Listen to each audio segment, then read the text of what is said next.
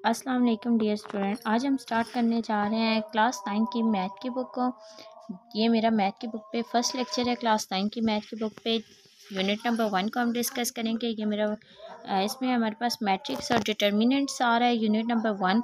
तो हम पहले डेफिनेशंस को डिस्कस करेंगे ताकि हम आगे जाके अंडरस्टैंड कर सकें कि आया इस लेक्चर इस यूनिट में है क्या हमारे पास। ठीक है, सो मैट्रिक्स पहले क्या होते हैं, मैट्रिसेस एंड डिटर्मिनेंट्स है। ठीक है, तो मैट्रिक्स क्या हमारे पास होता है।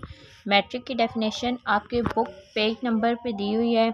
फर्स्ट पेज पे पेज नंबर 2 पे दी गई है। आपके पास मैट्रिक्स क्या होते हैं, a rectangular array or a formation of collection of real number are enclosed by bracket।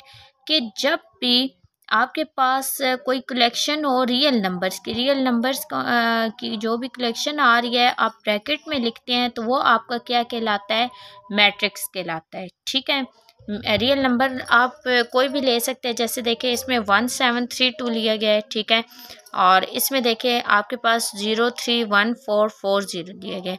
यानी कि जब भी रियल नंबर्स को ब्रैकेट के अंदर इनक्लोज लिखा जाता है तो उसे क्या कहते हैं, आप मैट्रिक्स कह देते हैं। ठीक है, उसके बाद हम देखते हैं कि मैट्रिक्स के ऑर्डर किस किस तरह होते हैं। ऑर्डर ऑफ मैट्रिक्स है। इसमें अब पहले है ना आपकी बुक पे रो और कॉलम है।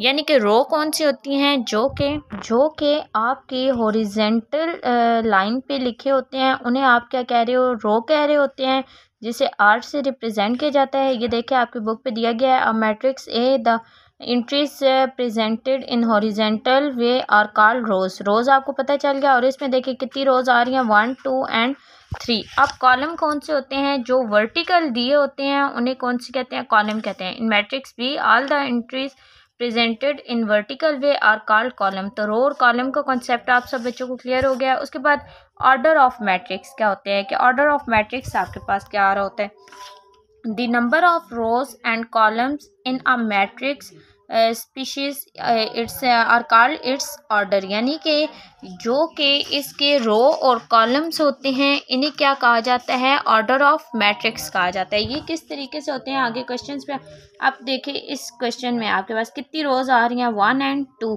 2 रोज आ रही हैं, कॉलम कितने आ रहे हैं, 1 2 एंड 3। तो इन्हें ऑर्डर्स में हम कैसे लिखेंगे, 2/3। पहले हम रोज लिखते हैं फिर हम क्या लिखते हैं, कॉलम।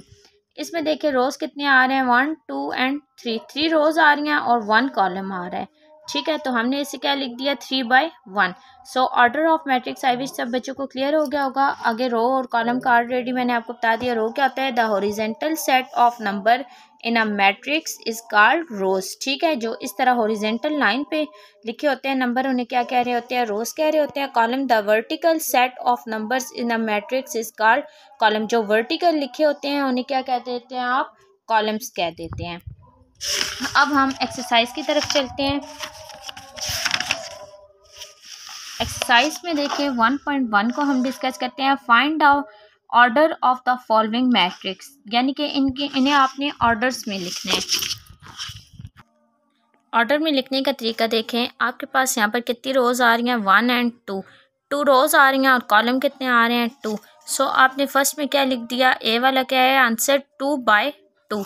सेकंड बी वाला देखें, इसमें भी 2 रोज और 2 कॉलम्स आ रहे हैं तो इसमें भी आपने क्या लिख दिया, 2/2। सी वाला देखें, इसमें 1 रो आ रही है और 2 कॉलम आ रहे हैं तो आपने क्या लिख दिया, 1/2। ठीक है, डी वाला आप देखें क्वेश्चन, 3 रोज आ रही हैं और 1 कॉलम आ रहा है तो आपने क्या लिख दिया, 3/1। ई वाला देखे, 3 रोज आ रही हैं और 2 कॉलम आ रहे हैं तो आपने क्या लिख दिया, 3/2। एफ वाला देखे, इसमें एक ही रो है और एक ही कॉलम है। ठीक है, तो आपने क्या लिख दिया, 1/1। जी वाला देखे, 3 रोज आ रही हैं और 3 कॉलम भी आ रहे हैं तो आपने क्या लिख दिया, 3/3।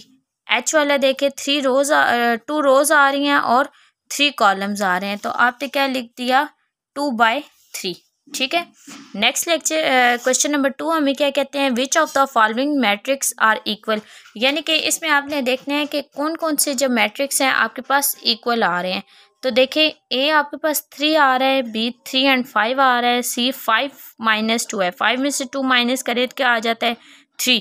तो ये भी 3 आ गया और ए वाला भी 3 आ गया तो ए इज इक्वल टू क्या आ गया है, 3। देखिए ए इज़ इक्वल टू सी मैंने लिखा है, क्यों? क्योंकि ए हमारे पास 3 है, जबकि 5 माइनस 2 क्या आ गया 3, तो दोनों इक्वल आ गए ना, तो हमने लिख दिया ए इक्वल टू सी है।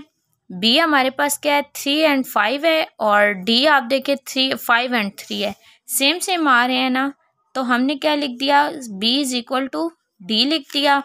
उसके बाद F is equal to G लिखा है, आप यहाँ से एफ देखें 2/6 आ रहा है, और जी 3 माइनस 1 3 प्लस 3 है। सो इसे जब हम सॉल्व आउट करेंगे 3 में से 1 माइनस हुआ तो 2 आ गया, 3 में 3 प्लस किया तो 6 आ गया। ठीक है, तो हमारे पास एफ इज़ इक्वल टू क्या आ गया है जी आ गया है। उसके बाद लास्ट हमारे पास E is equal to H है, और एच इज़ इक्वल टू जे, यानी कि ये तीनों इक्वल है। तो ई हमारे पास 4/6 0/2 है। ठीक है, एच हमारे पास 4/6 0/2 है, और ई को जे को हमें सॉल्व करना पड़ेगा। जे हमने कैसे सॉल्व किया, 2 पे 2 प्लस किया तो 4 आ गया आपके पास, 2 में 4 प्लस किया 6 आ गया, 2 में 2 माइनस किया तो 0 आ गया, 2 में 0 प्लस किया तो 2 आ गया। सो ये वाले तीनों मैट्रिक्स देखें आपस में इक्वल आ गए। अब लास्ट वाला क्वेश्चन सॉल्व आउट करने, find the values A B C and D which satisfy the matrix. ये वाला क्वेश्चन इंशाल्लाह हम नेक्स्ट लेक्चर 2 में डालेंगे मैं 1.1 के। तो आई विश के आज का लेक्चर आपको क्लियर हो गया होगा। तो इंशाल्लाह नेक्स्ट लेक्चर में 1.1 का लेक्चर 2 में हम क्वेश्चन नंबर 3 को डिस्कस करेंगे। काइंडली मेरे चैनल को सब्सक्राइब करें, लाइक करें, और जो चीज़ क्लियर ना हो काइंडली कमेंट ज़रूर किया करें। डियर स्टूडेंट, थैंक यू, अल्लाह हाफिज़।